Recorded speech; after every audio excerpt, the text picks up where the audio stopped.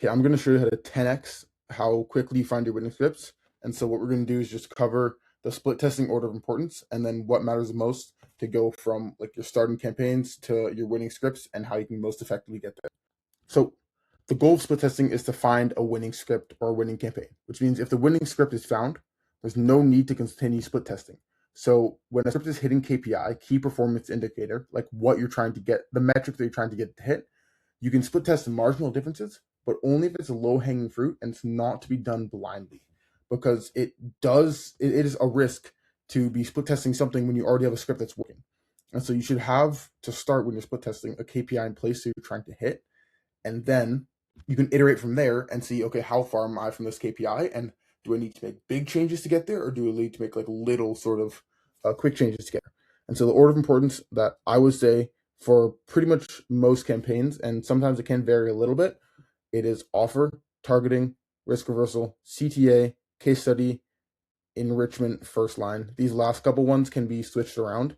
Mainly just the offer first, then the targeting, then I do like the risk reversal, and you know what?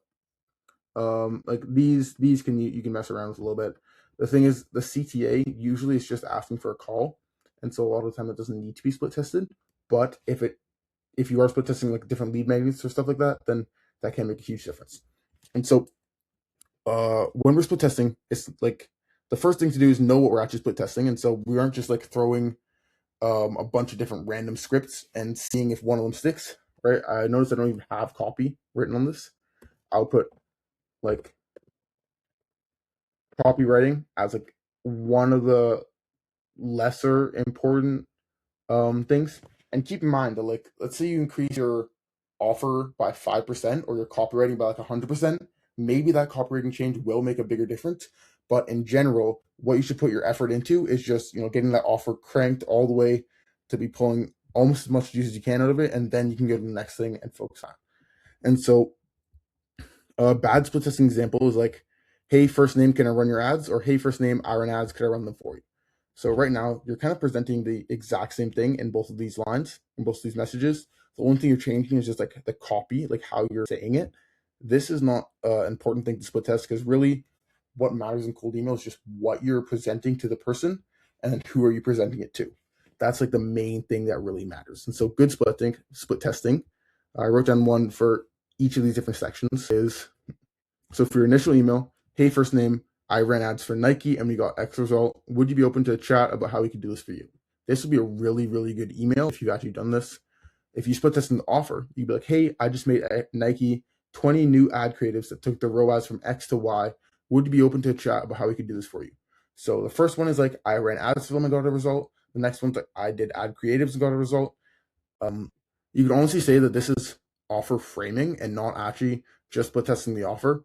And so split testing the offer could also be like, okay, I like got Nike this result from running ads versus I got Nike this result from doing their SEO or something like that. That's a completely different offer, and that's like true offer split testing if you actually do have multiple offers. But a lot of the time, it's more just like how you frame the offer, and so that's what this is here. And so you could frame it as like, I made them ad creatives, we did the media buying, we did whatever. I'm not an ads guy, I'm a cold email guy. But then split testing targeting would be like, I ran ads for Apple and we got X result. And the reason that I did the difference between Nike and Apple is because Nike is like an e-commerce brand that does sports, and Apple is like a software tech brand. And so that's a different type of targeting if you're leveraging that case study. If you're leveraging that case study, not only are you going to be targeting a different list, but you're also going to be using a different case study so that's relevant to the list you're targeting. Now, the risk reversal, this is like your guarantees, your performance basis, paper results, whatever. And so, hey, we ran ads for Nike on a paper results basis. Would you open to a chat about how we could do this for you? So you're adding that risk reversal and seeing if that makes them bring in more leads, if that pulls more intent from the market. And then split testing a CTA would be like, mind if I send over a little more info on how we could do this for you? Honestly, I would say that this doesn't even matter too much. If you're going to split test the CTA, I wrote this a little bit ago. If you're going to split test the CTA, maybe do like a, mind if I send over, like, and then be specific about what it is, like a 10-page document on how we got this result for the person. But honestly, I would say now CTA split testing is not really needed too much. Case study, hey, we ran ads for Adidas and took them X to Y. And so keep in mind that the difference between like saying we ran ads for Apple and then saying we ran ads for Adidas is that this is a different targeting, whereas this is like the same targeting, same niche, but it's just a different case study. And then you can sort of frame the case study in different ways in terms of like we got X result, or we got them from X to Y, or we got like we increased this percentage versus we made them this much revenue versus whatever. Right, and so that's how you split test the case study. Enrichment, hey, I saw you running X ad creatives in location, then go into the script. And so that's like a personalization, which increases relevancy, which I believe if you're more relevant, you're going to get better reply rates because they feel like it's for them. So they feel like they actually should reply. Then split testing first line, hey, my assistant saw your ad and told me to reach out.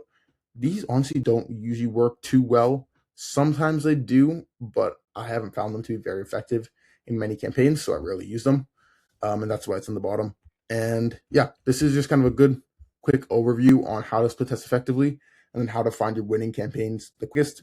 And so what I'd say is that the main factors you're going to be messing with is your offer framing, your risk reversal, and your targeting. And so you want to find the best ICP to target.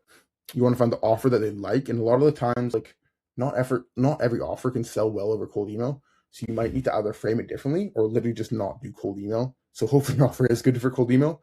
And I can help you figure that out if you want to just like drop a comment or shoot me a message on like Twitter. I can tell you if I think it's good. But it's gonna be targeting, your offer framing, and then the risk reversal really can make a big difference, especially if you're targeting like a lower market like SMBs and stuff like that. And then the deliverability too is a huge factor that not many people really talk about, but it always is a factor. Like it's always a factor in your campaigns, how much you are inboxing into the main inbox versus spam. And so it's good to keep that in account, right? If everything stays the same and your campaigns fall off, remember the deliverability is one of the largest variables that's affecting your campaigns. And so you should be looking at it and be like, oh, okay, well, this is isolated, this is isolated, this is isolated. My offer, my targeting, my risk reversal, my whatever. But my campaigns are performing worse. Good chance it is deliverability, and you can see that honestly just from if your reply rates are lower. Usually it's a deliverability issue, or there's a bunch of different signals. I'm not really going to go into that too much, but that's something to keep in mind. That is a factor that you are playing with and you are messing with, and so keep that in mind as you are campaigning. So drop a comment with any questions you got about this. Hopefully it is very simple and I can send you the stock if you'd like. Also, if you want me to run cold email for you or help you with your cold email systems, you can book a call down below and I'll talk to you soon. Subscribe.